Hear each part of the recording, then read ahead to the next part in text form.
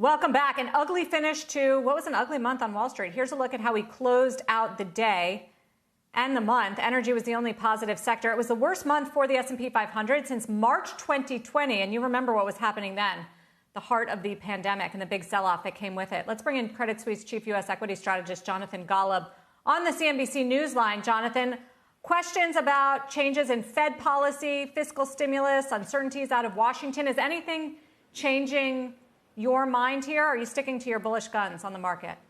You know, Sarah, I'm pretty bullish as we look toward year end, but it's hard not to acknowledge the fact that there is a much more negative tone, not to the market, but to the underlying, economic. If you look at, the beginning of August, 2 months ago, GDP was forecasted, consensus based on economists' forecasts at about 6% for the quarter. Now it's closer to 3% for the quarter. And it's all on, COVID problems and supply chain issues and labor issues. The Fed pulling liquidity, concerns about Washington budgets, China. There's a whole bunch of government programs that are rolling off, and we don't really know how that's going to impact things. So what was the response? Well, first of all, the VIX jumped a whole bunch over the month. That probably is the single most important thing. What has me a little bit perplexed, honestly, is with this type of a more negative backdrop, it doesn't seem to make sense that Treasury yields would be popping the way they have over the last, 5 or 7 trading days. And I think that has the market a little spooked against that backdrop. Yeah, it suggests more the inflation and the Fed risk of tapering and potentially raising rates. So you laid out all the negatives, Jonathan. We're off about 5.25% from the highs on the S&P, more than 6% for the Nasdaq. Is that how much have we factored in that kind of bad news? Well, I mean, first of all, here's going to be the good story. I mean, the last 5 quarters, earnings have beaten by 19% on average. Last quarter beat by 15%. That's how much stronger the earnings came in than expected.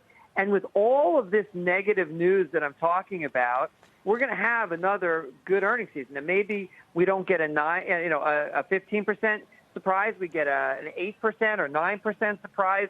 But that's what we're looking at. Analysts and portfolio managers continue to underestimate how companies are able to translate higher prices into greater profits. Pricing power, operating leverage is just being managed incredibly well, and that's ultimately going to drive things. The other thing is the multiple a year ago or 13 months ago was 23 on the market. It's now closer to 19. So the stocks are really dramatically cheaper than they were, not too long ago. So what's your top sector pick, Jonathan, to anyone that asks you tomorrow morning for the rest of this year?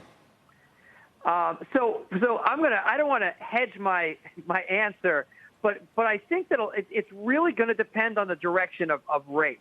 If you think that rates are going up towards 2 rather than down towards 1, then you absolutely are going to want to be in industrials and materials and energy and consumer stocks. You want to play that cyclically.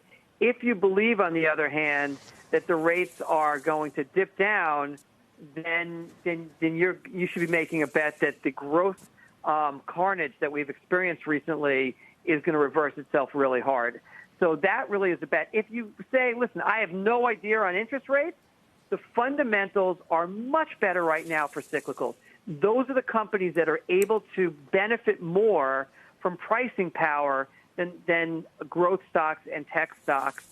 And they're also incredibly cheap. So if you have no call on interest rates at all, and that's kind of the position I'm taking, the fundamentals have to favor a cyclical bet.